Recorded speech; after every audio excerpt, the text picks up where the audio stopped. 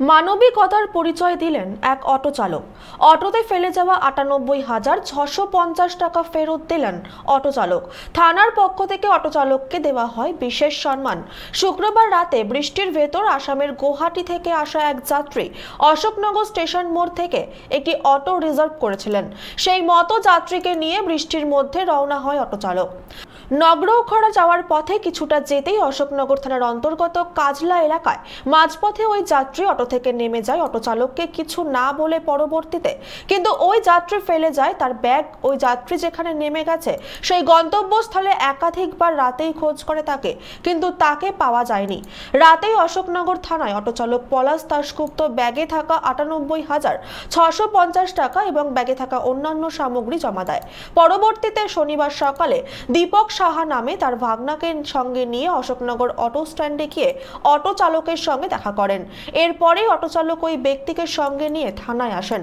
Auto চালক auto থেকে নামতেই থানার কর্তব্যরত কনস্টেবল তাকে সেলুট জানায়। পাশাপাশি থানার ভারপ্রাপ্ত আধিকারিক চিন্তামণি নস্কর তিনিও চেয়ার ছেড়ে এসে অটো চালকের সঙ্গে হাত মেলায় এবং পুলিশের উপস্থিতিতে অটো চালক পলাশ দাশগুপ্ত ওই টাকা এবং অন্যান্য সামগ্রী তুলে দেন দীপক সাহার হাতে।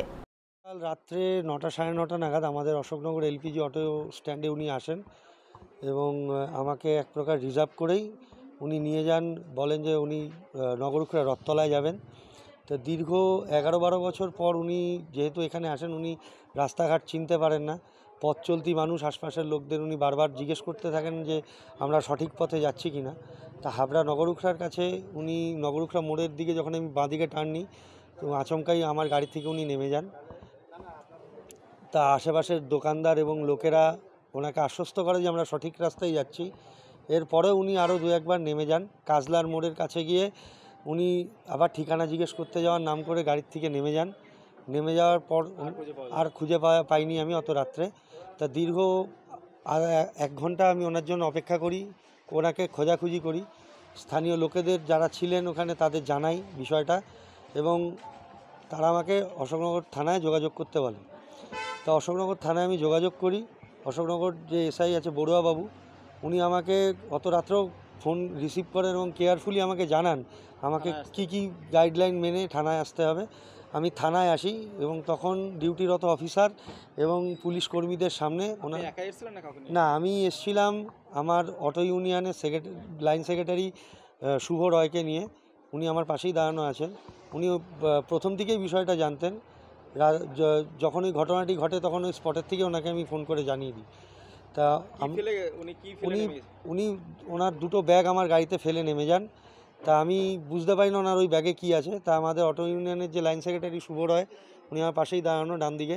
তা উনি আর আমি আসি, এসে থানায় জমা দিই ওনার ব্যাগটা এবং ব্যাগ খুলে ওখান থেকে প্রায় ওই ৯৮,৬৫০ টাকার মতো পাই। সেই মুহূর্তে আমরা ওটা জমা করে দিই। জমা করে দেওয়ার পর আমাদের পরের দিন সকালে থানায় আসতে বলা হয়। তো পরের দিন সকালবেলা আমি লাইনে ভাড়া খাটতে ওনাকে দেখতে পাই যে উনি আমার খোঁজ করছেন আজকে সকালবেলা। তা সকালবেলায় আমাদের অশোকনগর ইউনিয়নের ওই রুটের উপর থেকে ওনাকে আমি তুলে আনি, সঙ্গে করে আমাদের অটো ইউনিয়ন লাইন সেক্রেটারি শুভ রায়কেও নিয়ে আসি। এসে আমরা থানায় আসি। থানার বড়বাবু আমাকে প্রচণ্ড সম্মান দেন এই কাজের জন্য। আছে এরকম প্রতিনিয়ত কম বেশি আমাদের টুকটাক প্যাসেঞ্জারের জিনিস পড়ে যায়, মোবাইল এটা ওটা অনেকে পেয়েছি, ল্যাপটপও পেয়েছি আমরা। আমাদের কাছে জমা পড়ে এবং আমাদের ইউনিয়ন আমাদের অফিসে আমাদের ওখানে জমা রাখি, সে যথাযথ আসে আমরা রিটার্ন করি। কিন্তু এটা একটা নজির হয়ে দাঁড়িয়েছে, একটা বিশাল বড় একটা অ্যামাউন্ট। একজন আমাদের প্রতিবেশী রাজ্যের আসাম থেকে যে ভদ্রলোক এসছে, উনি খুবই নিরীহ মানুষ, ওনাকে যে আমরা দিতে পেরেছি ফেরত। আমাদের গাড়ি ওখানে সামথিং ছিল ৯৮,৬৫০ টাকা ছিল। হ্যাঁ, তা আমাদের যে চালক ছোটকা বলে আমরা ডাকি, ও যে টাকাটা পেয়ে আমাদেরকে জানিয়েছে এবং আমরা রাত্রেবেলা এসে আমাদের স্যারদের সঙ্গে অশোকনগর থানা অফিসারদের সঙ্গে যোগাযোগ করে আজকে যে সম্মানটা আমরা অশোকনগর এলপিজি অটো ইউনিয়ন যে সম্মানটা পেয়েছে, আমি মনে করি যে অশোকনগর শুধু এলপিজি অটো ইউনিয়ন পায়নি, অশোকনগরবাসী পেয়েছে এই সম্মান। আসাম থেকে আসার পরে আমি অশোকনগর নামছি। নামার পরে অটো ধরছি। অটো ধরে আমি হাবড়ামুখে নগরপাড়া যাবো। নগরপাড়া যাওয়ার কথা আমি গাড়ি থেকে নেমে যাই। গাড়িতে নামার পরে ব্যাগ না নিয়ে আমি চলে যাই। আর পরে যেটা আমি রাতে চিন্তা ভাবনা করলাম, পরে সকালবেলা আসলাম, সকালবেলা আসলে পরে যেটা দেখলাম কি অটো ড্রাইভারটা আছে এখানে, টাকা পেয়েছেন? টাকা পাইছি। আর কত টাকা ছিল? 98,650 টাকা। কি বলবেন, কি আশা ছেড়ে দিয়েছিলেন যে আমি তো টাকাটা আর আশাই ছেড়ে দিয়েছিলাম, আমি টাকাটা পাবো না করে পাচ্ছি।